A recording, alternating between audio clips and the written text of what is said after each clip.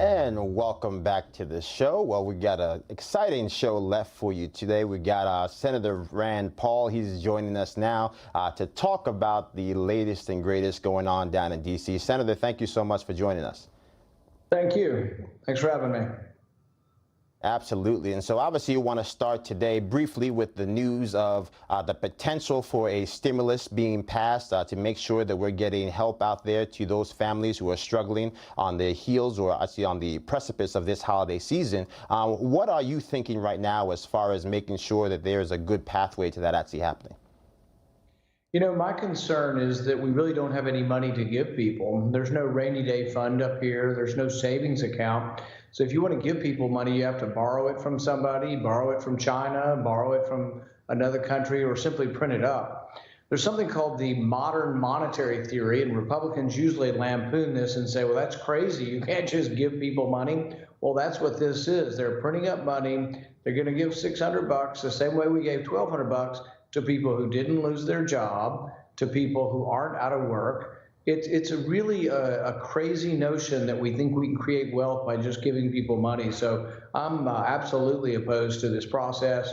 And I think the real answer is we should open the economy. And this is primarily the governors that are keeping us closed. But in my state, look, they won't even open the schools in my state. So they're really ignoring the science and acting in an arbitrary and capricious fashion. But I'm not for Congress just borrowing and passing out money. I think that's a sort of a left-wing kind of socialist notion, not a conservative one. Well, I think to that point, obviously, I think there's a lot of people who would agree with you when we sit here and start talking about the fact that, you know, at some point, you know, you have Larry Summers out here, to your point, talking about this theory that basically debt no longer exists, that it's not real, it's just funny money, which, you know, I think China would beg to differ because they're buying up all the debt. So, you know, to that point, I think obviously there really is stuff that we need to talk about. But pivoting a little bit, I know you're in particular trying to work on some of these other issues that we're facing, particularly with local media, trying to ensure that we have local media that is empowered to actually inform people and to compete when we have these billionaire tech oligarchs who are trying to put their thumb on the scale. Talk to us a little bit more about what you're working on in that regard. I think in many ways the antitrust laws are sort of upside down, that the antitrust laws are actually hurting the smaller people who need to organize against the bigger players. So once upon a time, people said, oh, we need antitrust laws to break up big TV and big newspapers.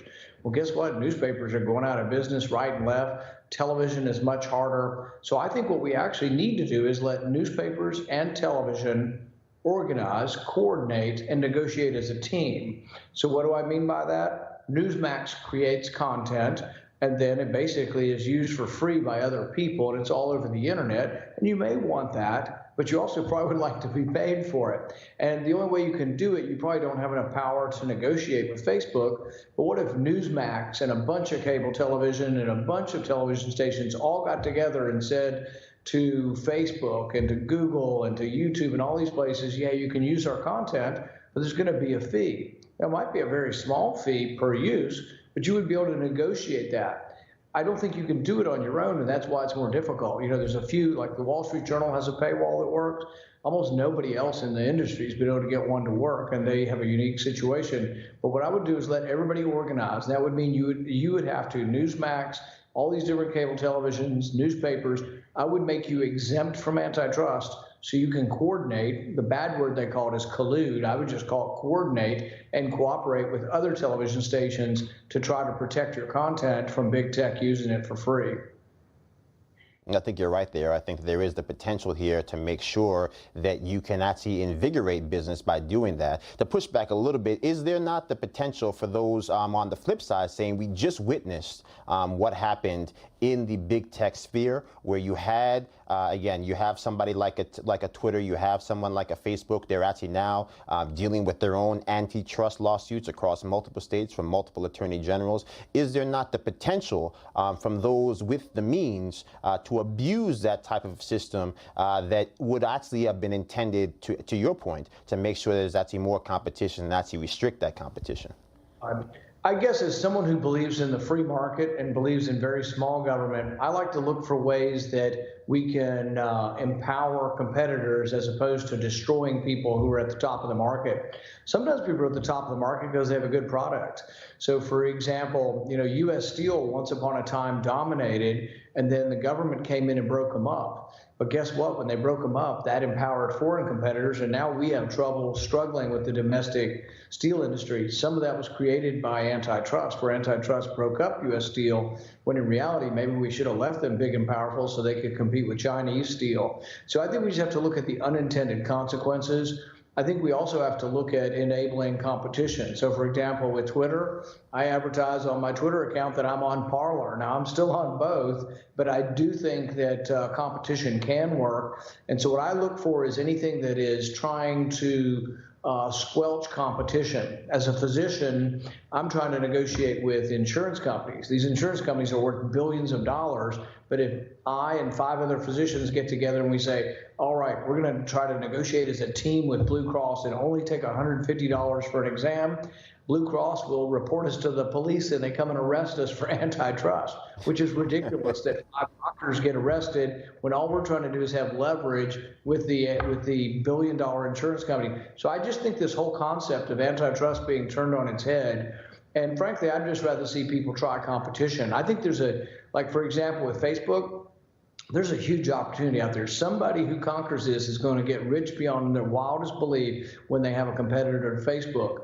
What other business could you do right now where 30–40% of the public hates the censoring of Facebook and Twitter? See, I think Parler is going to kill it too, because people just don't like Twitter now for political reasons, and it's almost half of us are conservatives and half of us are not conservatives.